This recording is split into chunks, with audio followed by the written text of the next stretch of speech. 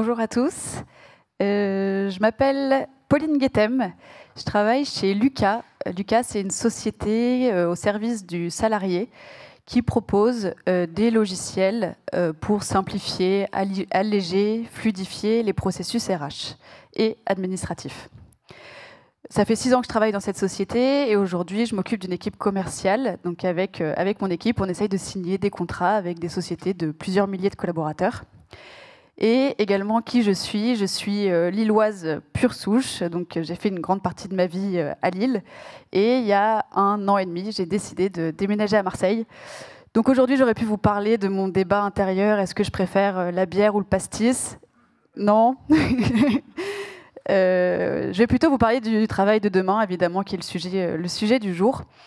Le travail de demain, c'est une question en vous, dans la fonction RH, que vous vous posez au quotidien et que vous vous posez depuis longtemps. Comment mon salarié demain, mes salariés, je peux améliorer leurs conditions de travail. Donc je ne vais pas parler que du futur. Je voudrais refaire un petit peu un saut dans le passé finalement.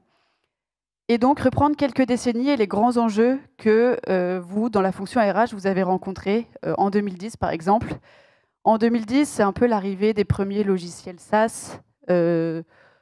Donc les premières questions que vous vous posez, c'est aussi comment, moi, au service RH, par exemple, avec l'exemple de Deezer qu'on va prendre juste après, vous avez des sociétés en croissance qui, en fait, la fonction RH n'a pas auto-grandi et donc qui ont beaucoup de tâches à faible valeur ajoutée, etc. Et donc, comment décharger la fonction RH pour assurer une belle croissance?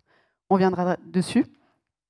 En 2020, je vous le donne en mille, c'est l'année du Covid. Donc, on va se poser la question, notamment Betclic, de comment réengager les collaborateurs. Et j'aurais bien aimé vous parler de 2030 pour faire 2010, 2020, 2030, mais bon, 2030, c'est demain. On va parler de 2025 dans un premier temps, de comment on allie l'humain et l'IA aujourd'hui. Et là, je ne vous prendrai pas un exemple de client, mais je vous parlerai de Lucas et je vous expliquerai pourquoi en temps voulu. Revenons en 2010. En 2010, c'était déjà il y a 15 ans. Désolée pour... ça ne nous rajeunit pas. Je voudrais un peu vous repositionner sur l'année 2010. 2010, pardon. C'est la sortie d'Instagram. C'est la sortie du premier iPad. Donc, je ne sais pas à quelle version on est aujourd'hui, mais c'était le premier. Et sur un registre musical, c'était la sortie du titre Baby de Justin Bieber. Donc voilà, je pense que vous avez le contexte. Vous êtes en 2010, là. Et donc, 2010, c'est aussi la rencontre de Deezer et Lucas.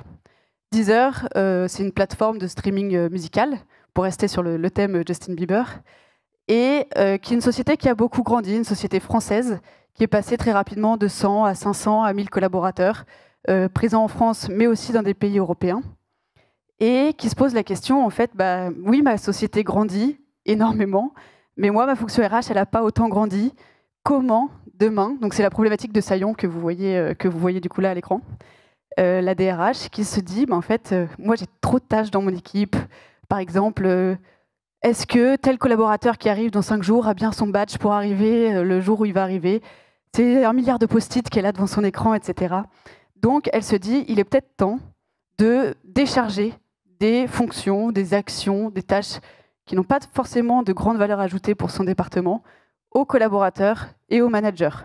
Avoir un processus d'onboarding, c'était la principale problématique à ce moment-là, bien carré, et le collaborateur peut lui-même s'inscrire à une formation qui aura lieu dans X jours, etc. Et Deezer, du coup, a choisi Lucas aussi parce que c'est des outils très simples. Si on veut donner des actions aux collaborateurs, poser lui-même ses jours de congé, etc., il faut qu'il ait des outils ergonomiques, faciles d'utilisation, sinon ça ne marchera pas.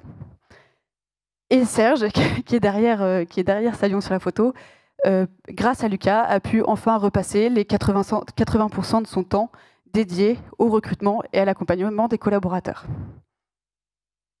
Petit saut dans le temps, on arrive en 2020. 2020, j'ai aussi voulu vous recontextualiser l'année 2020, peut-être avec un autre tube musical aussi connu que Baby, mais j'ai pas trouvé. 2020, le monde était à l'arrêt, c'était le Covid et le Covid. Et donc, c'est un moment où les sociétés doivent un petit peu parier sur l'avenir. C'est pas facile de se projeter à ce moment-là. Et qui d'autre de mieux que Xavier de Betclic? Donc Betclic, c'est une société de paris en ligne qui s'est posé la question de comment réussir à assurer la croissance de ma société. Il avait deux problématiques, Xavier, à ce moment-là. Il voulait, enfin, pas que Xavier, bien sûr, déménager tous leurs locaux à Bordeaux et en même temps refaire toutes leurs plateformes en ligne. Donc, comment assurer ces grands enjeux si on a des personnes qui sont isolées, en confinement, etc. Comment on arrive à réengager ces collaborateurs? Comment on arrive à faire en sorte que nos talents restent dans notre société? Donc en 2020, c'est une grande question. Et là, on va plutôt se poser la question de la partie talent, accompagnement des collaborateurs. Tout à l'heure, avec Deezer, on était plus sur l'automatisation de processus, des charges de la fonction RH. Là, aujourd'hui, Betclic, en 2020, se pose la question comment j'améliore l'accompagnement de mes collaborateurs. On va avoir des outils pour que le collaborateur puisse faire ses entretiens, bien le préparer, qu'il puisse faire sa préparation, que son manager le voit, qu'ils définissent ensemble leurs objectifs. On va lui donner la parole pour qu'il puisse répondre à des questionnaires de QVT, etc. Et en 2030, 2025, c'est à peu près pareil. En fait, là, on va se poser la question de l'IA et de l'humain. Bon, j'ai voulu prendre un exemple positif de 2025, c'est la victoire de la France au tournoi Destination. Et là, je vais prendre l'exemple de Lucas. Pourquoi? D'abord, je vais vous donner deux mots sur Lucas. C'est une société qui a été créée en 2002 par notre PDG Gilles. Et en fait, en 2002, Gilles se pose déjà la question de comment la loi Aubry sur les RTT va être intégrée dans les sociétés. Donc, en fait, il a déjà un coup d'avance et sortir une solution dédiée aux congés absence pour que la fonction RH puisse gérer les congés dans la paye, les RTT aussi, et que le collaborateur puisse y avoir accès. Aujourd'hui, on est 700 collaborateurs. Quand je suis arrivée il y a 6 ans, on était une centaine, et on fait environ 40% de croissance par an. Et là, vous voyez toutes les solutions qui sont proposées un peu par Lucas. Et c'était pour vous montrer pourquoi j'ai choisi Lucas comme exemple aujourd'hui, pour parler de 2025, c'est que aujourd'hui, tous mes clients me demandent et l'IA aujourd'hui dans vos logiciels, comment ça se passe? Et moi, si l'équipe produit me dit bah oui, l'IA, on le découvre aujourd'hui, il faut qu'on se pose la question, c'est pas possible. Il faut qu'on ait un petit coup d'avance quand on fait des logiciels RH sur les enjeux de demain. Par exemple, l'IA, on l'utilise depuis très longtemps dans les notes de frais. Quand on prend en photo un justificatif, il y a la reconnaissance optique de caractère qui nous dit telle est la nature de dépense, quel était le plafond, etc. Désolée, je suis essoufflée. Et aujourd'hui, évidemment, on va aller plus loin avec l'IA. Par exemple, sur le volet talent que vous voyez, alors normalement, il y a... Non, ouais, on va faire comme ça. Sur le volet talent, on veut rassembler pas mal d'informations qui va permettre d'identifier des risques psychosociaux très tôt. On veut aussi aider à la fixation d'objectifs SMART, mais on ne veut pas aller trop loin. On veut garder l'humain au cœur de nos problématiques. On est persuadé que l'humain a de la ressource, que les sociétés qui fonctionnent aujourd'hui sont celles qui replacent le discours managérial avec leurs collaborateurs, avec l'accompagnement. Aujourd'hui, on est en train de créer un logiciel de recrutement. L'IA peut nous aider évidemment, mais peut aussi faire en sorte que la diversification des profils puisse être réduite. Donc on veut réfléchir. Il y a des questions de RGPD, etc. Donc on veut le faire correctement. Également, là, je vous ai présenté 2 sociétés qui sont dans la tech. Beaucoup de sociétés ne sont pas encore à ce stade de réflexion.